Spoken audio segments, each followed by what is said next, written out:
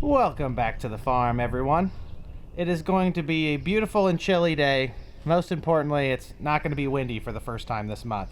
In today's episode of Why Is Everything Sticky and Broken, we get a cleanup after the sprayer operator. That's not me today, I'm the mechanic right now. Whoever runs this thing full time needs a demotion. The trusty Rural King had exactly what we needed. Just a little 1-inch male into a 3/4 inch male barb threads, I guess. So they fit in here, and then we just put it back on, and we should be back in operation hopefully in less than 5 minutes. Originally these all had blue pipe sealant on them. All I have is Teflon tape, so hopefully that's not an issue.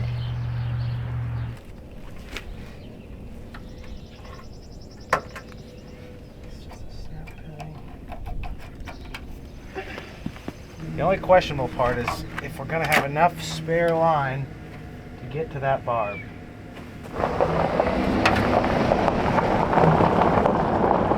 I knew there was a reason I bought this oddly specific nut driver.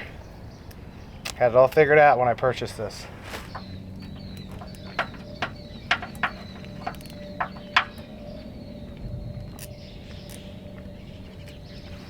This is one of those rare instances where I was surprisingly fast. I think everything's back together. I'm just going to run the reclaim system here and make sure we don't have any leaks. If not, we're good to go. Right, one more thing. I would have been really confused if this didn't work.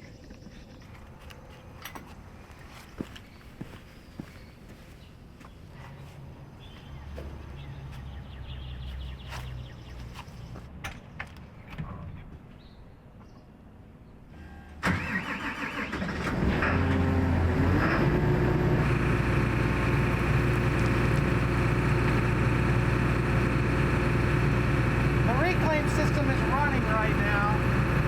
Not seeing any leaks, I don't think. Maybe a slight leak. Not enough to worry about right now. I can tell what's on Dad's mind this morning. We're going to try to get some corn in the ground, seeing as we have none. Bean planter will probably also come out in a little bit. I've got to catch up on some spraying first. I have a size 8 nozzle on for putting down that high carrier rate, 32% liquid nitrogen, backing down to a much lower carrier rate, so I'm going to switch to a size 4 air inducted flat fan. That way I can cover more acres on a tank load, especially because a lot of these residual products need a rain to activate anyway. So we're trying to get a lot done. We got a lot of beans that are almost out of the ground. I have my floater tires on, so I really need to get them sprayed before they're up so I don't break their necks when I run over them. Check this out. I don't know if you can see this. These are the pliers I used yesterday to pull that end piece off of the thing that I broke on the sprayer, or the sprayer operator broke. These were not rusty yesterday, and they've already got like a cosmetic rusting on them from that nitrogen. It's just a surface level thing. I think it would rub off, but that's how quickly that stuff causes that oxidization. I'm applying PPE.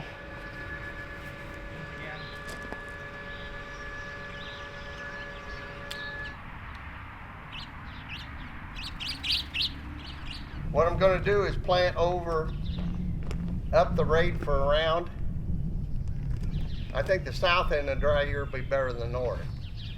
And then I'm gonna skip a round and go back and plant it later.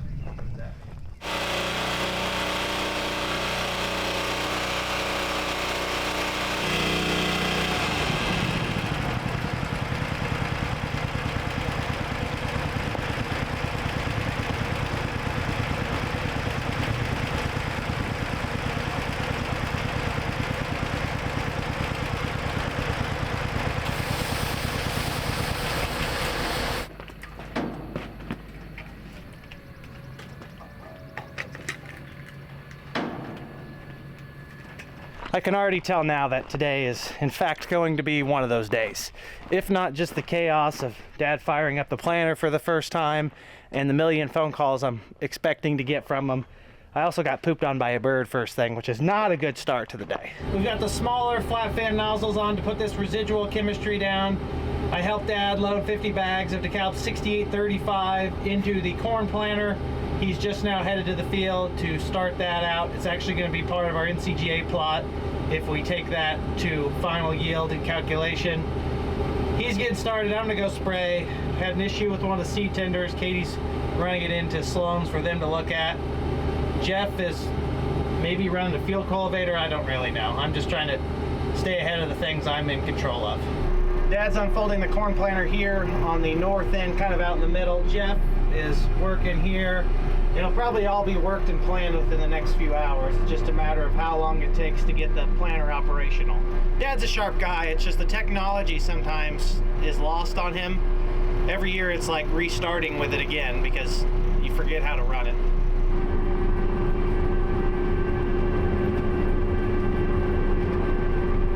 I haven't gotten a call yet, so that's a victory. We've got a lot to do today, so I'm absolutely putting the coals to this one out here as fast as this sprayer will go through the fields. Fortunately, all we need to do is cover the ground. We don't have leaves to actually get full liquid coverage on, so a little bit of room for error. Rain coming in will rain this residual in, activate it, and hopefully stop. Mostly water hemp is what we deal with. Dad's planting corn, Jeff's working ground, Katie will probably be working ground shortly. Some of you may recall I mentioned on this NCGA plot trying to split the planter between 6835 DeKalb and Pioneer 14830. Based on the rules of the contest, you have to have 10 contiguous acres in an entry. And even on that 3/4 of a mile through field, 60 foot, by the time you get two halves of the planter together, was only 6 acres. So we're gonna plant the 6835, and when we run out, we're gonna put the 14830 in. So the plots may not actually be directly side by side. We're gonna give it our best shot. I don't expect to win. You probably can't see it very well. The neighbors got a new Fendt Rogator. I bet that is a sweet rig. They're really hopping on the Fendt train, and I can't really blame them. As long as you've got the service, it's hard to beat the warranty package and some of the equipment options that Fendt's offering right now. That's the nice thing about planting some of these beans in March is you have a little less pressure to have both planters running immediately since we've already got a nice little chunk of beans in the ground. Dad'll knock out that first 100 acres pretty quick unless he has some issues. None so far.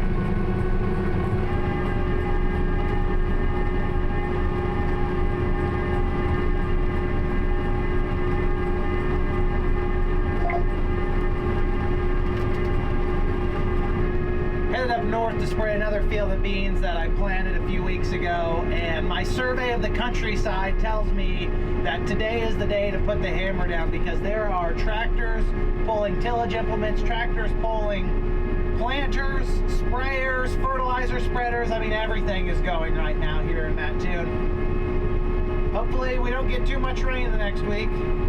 There's Bruce right there planting corn.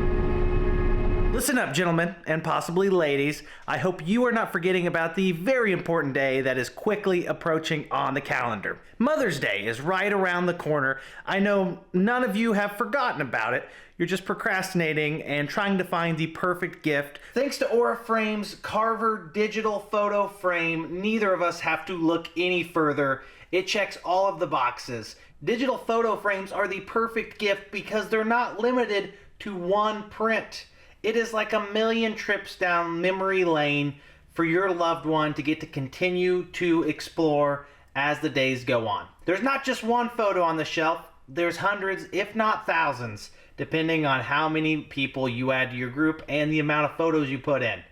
It really is a treat to sit here and get to see different memories, distant memories of times long gone of small children. There is my oldest nephew, probably 8 years ago now, and it warms my heart to see some of those photos. With a digital photo frame, you have a large library. It cycles through photo and video from you and all of your contributors to the individual frame. The owner gets to moderate everything. It is a perfect system for 1,000,000 little trips down memory lane. Unfortunately, we can't all be together all the time and share the same memories and go on about the past. However, with something like Aura's Carver Matte digital frame, I think you can really keep a loved one's heart warm as time goes on, as you can relive all of those different experiences through the power of photography. Grandmas may not like the combine photos. I would maybe not put a lot of them in the collection. Grandpas, dads, they may enjoy the combine sunset photos. Oh, there's some more good ones. Aura is offering a $35 discount on their Carver mat frame going into Mother's Day. It is the perfect opportunity to save money on a practical and thoughtful gift for your loved one. I know some of you are still looking for something to really warm the hearts. This is a great choice. The website where you can find this and other products is auraframes.com. That is AURA frames.com. Use code aTrippyFarmer at checkout to save $35 off and support our channel. Time is running out, folks, to get one of these in your hand. Head over to auraframes.com. Use code aTrippyFarmer to snag yourself a discount as well as support the channel here and what we do. I'm confident that you will be happy with this and your loved one will enjoy it even more. Finished up another field. Now I'm back around home. Gonna go spray over the top of those beans that got frosted. I'm getting kind of tired of being in the sprayer. I'd rather be in a cultivator or a planter at this point today. That looks pretty good out there where Jeff's working. We're making some progress today. It's like a snowball. You got to get it started on top of the hill first. Then once it has momentum, it gets a little bigger. I'm slowing us down for a minute to show you something. This is the field of soybeans that had the 27-degree hard frost. The agronomist said to leave them and just kind of evaluate in another week. And I kind of want to show you, just in the last few days, they're starting to actually round the corner a little bit. I'll just focus on this guy right here because there's millions of them out in the field. I think that we've got life in there. We've got more of them coming out of the ground. Look, the growing point is actually coming out before the cotyledons. It's amazing. Soybeans can really take a beating. I think these will be all right. Dad's knocking on about 100 acres planted. He left a little bit right there for that Pioneer 14830. Kind of the best strip of the farm, so we'll have a decent side-by-side, just not a split planter between 14830 and 6835. The unfortunate part of our management strategy here is that some of these beans survived the frost and now they get to survive the floater tire. I don't know if they'll make it or not. Not really the best choice on our part, but what do? Got to get them sprayed before the water hit starts to come up.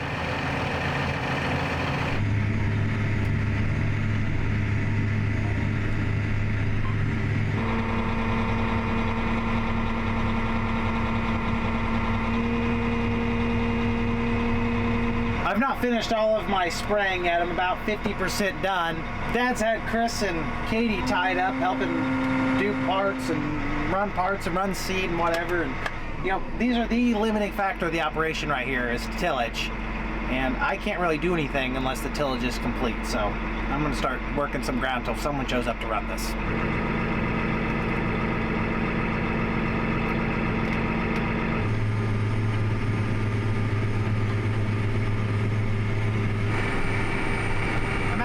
It's all working up pretty good for the third time it's been tilled. I just made the terrible mistake of looking at the weather forecast. In a few days over the weekend, they're calling for another 3 to 5 inches of rain and another big storm rain shower like we had a couple weeks ago. Sometimes I think we would be better off not knowing what kind of weather's coming and just keeping track of the calendar and deciding based on that what decisions we should make, and not have to deal with the stress of planning ahead because of inclement weather. Instead of saying, hey, I need to plant 1,000 acres, spray 1,000 acres, do this, that, X, Y, Z, say, hey, I'm gonna plant one field, I'm gonna spray one field. I'm gonna plant one field, I'm gonna spray one field. That way you don't get strung out in one department, and then on the back end, you don't get caught with your pants down because you plan all this, and then don't get it sprayed. You just take things one at a time. Maybe that would make the days a little simpler. Katie's in the field cultivator now, and I'm back in the sprayer. Got to finish up a few more fields, and then we're going to plant some beans where Katie's working right now. It is a busy day in paradise, that's for sure. There's Katie, there's Jeff, and then Dad's over there somewhere planting corn.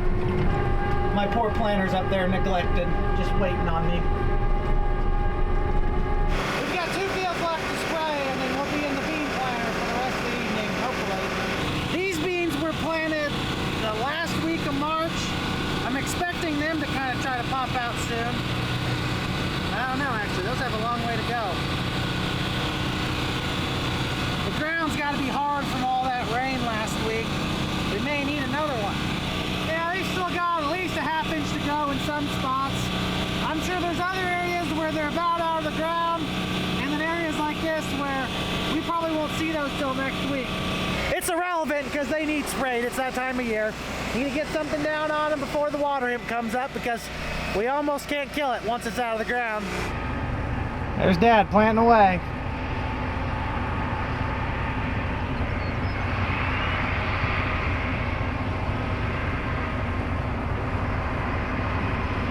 You guys know the old proverb, plant in the dust, the bins will bust. I've not farmed very long, but that does not always apply to the growing season.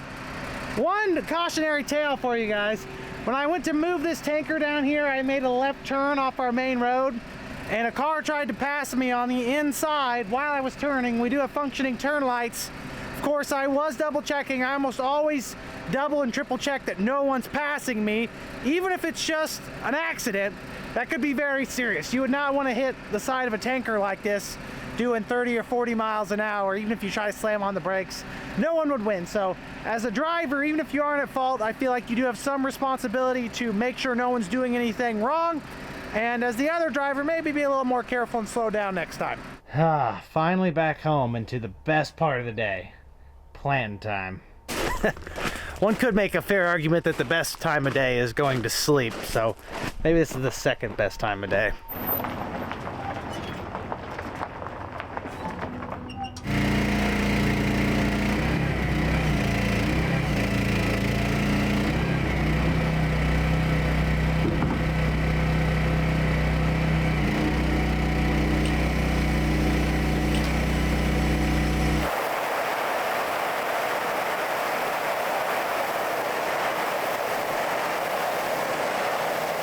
Right now we're loading up Pioneer 38Z63s.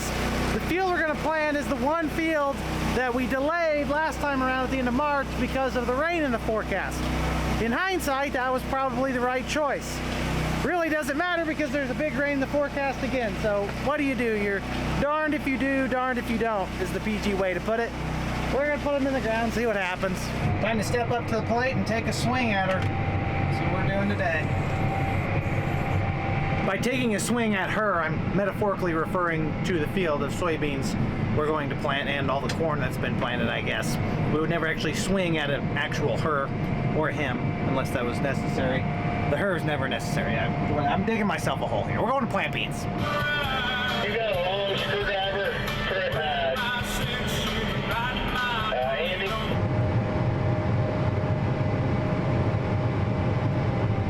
Got unfolded, primed everything, started planting with no issues. Before I even came to the field, I pulled the beans out of the ground a little bit. This is lighter dirt. Unlike when we were planting 2 or 3 weeks ago where we wanted the beans to stay in the ground, now we want the beans to come up. I mean, we are full speed here. If they came up tomorrow, I wouldn't be that concerned because we got our herbicide down. We're ready for it.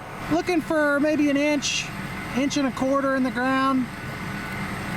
Doesn't even look like there's a soybean there. Oh, there it was. I dug it out. Try a different spot.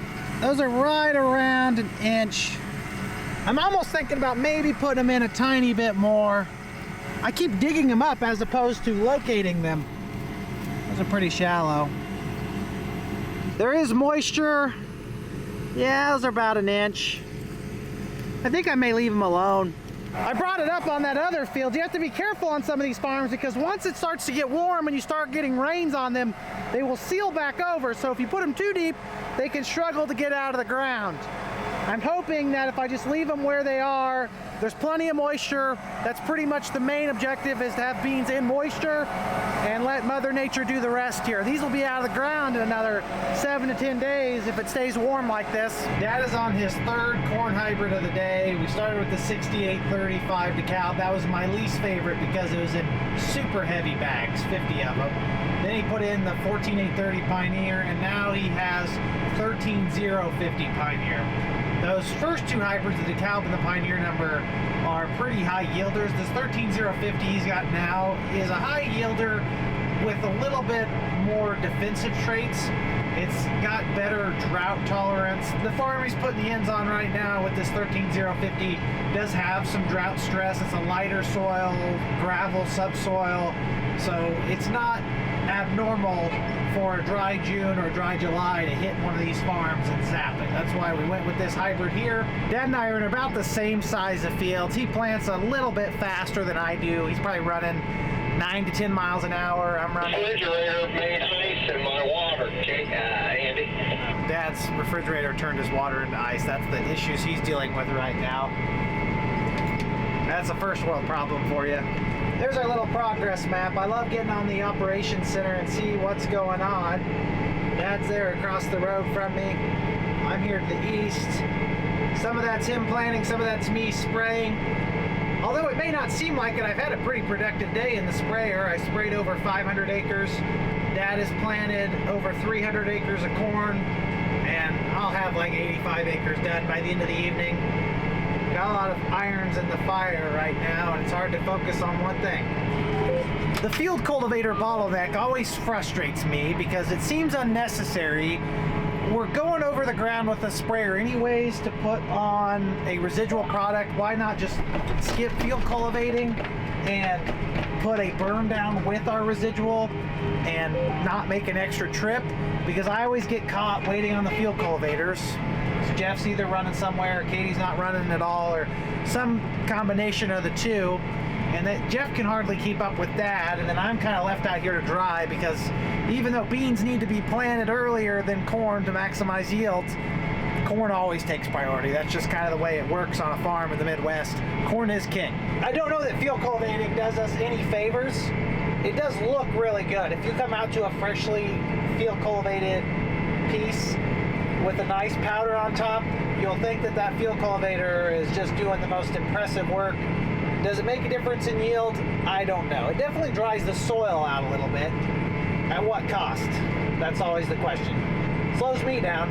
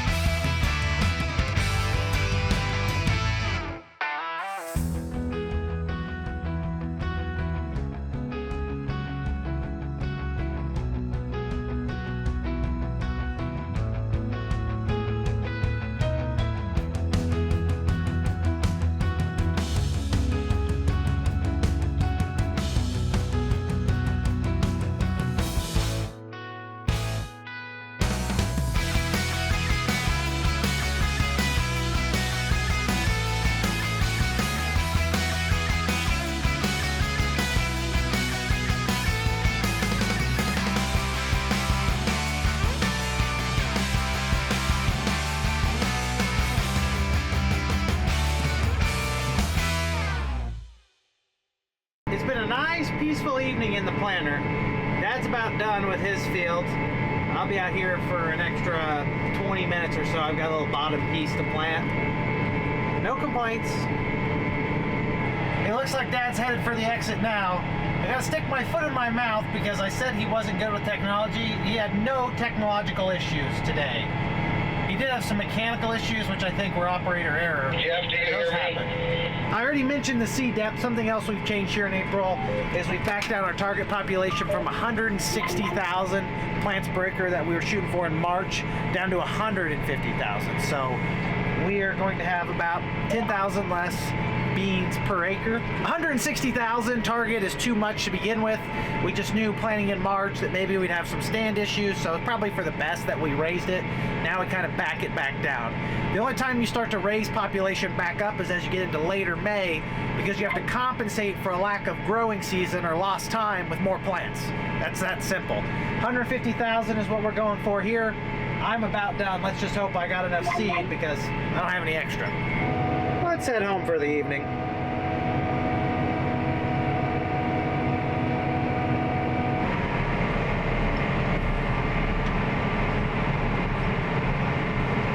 There's the slightest little chance of rain overnight, so we pulled the planters in. I'm trying to see where the other two minions are at. Jeff is up here to the northeast and Katie's down here. We've got a lot to do. This general area is still pretty wet. They had more rain. I think that was 5+ inches last weekend or whenever the big rains came, or 2 weekends ago. More rain tomorrow, but we may still get the chance to do a tiny bit more. Hopefully get some more corn and beans planted, as well as do some spraying tomorrow. The great news is that we got our 118-day corn planted. That makes my dad a little uneasy planting that long of a relative maturity corn. He's pretty old school. The thought of 118-day corn makes him really uncomfortable because he's always afraid that it's going to be wet all summer, all fall, and it's never going to dry down. One of these years he's going to be right. I just don't think we're there yet. Everyone seems to keep pushing the maturities farther out, and the dry down on this corn is all really good, so I'm not that concerned about it. That 118 days, the DeKalb, of course, going into our big field, high yield potential. Then we're going to have a little NCGA entry there, along with the Pioneer 14830. Could be 300 bushel corn, could be 100 bushel corn, you never know. This subset of fields that we planted today, mainly the corn planter planted, were the same fields we planted in early April last year, and relatively speaking, they performed worse to their less productive counterparts, all based on planting date. We didn't put them in wet conditions. There was no really bad agronomic decision making. The issue was just how the rains fell. The lack of moisture and excessive heat that the April planted corn received at a very poor time around pollination really hampered the yields down and made them a little underwhelming. And the May planted corn, even on less productive acres, caught some of those rains it needed and out-yielded some of that stuff. So this year could be the same, could be the opposite. Every single one stands alone. I'll tell you what happens in about 7 months. That's going to be it for this episode, folks. Appreciate you guys tuning in. Hope everything's going great on your farm, in your yard, anywhere in your life. Appreciate you all tuning in, and I sure hope to see you in the next one. Have a great day, everyone. Peace!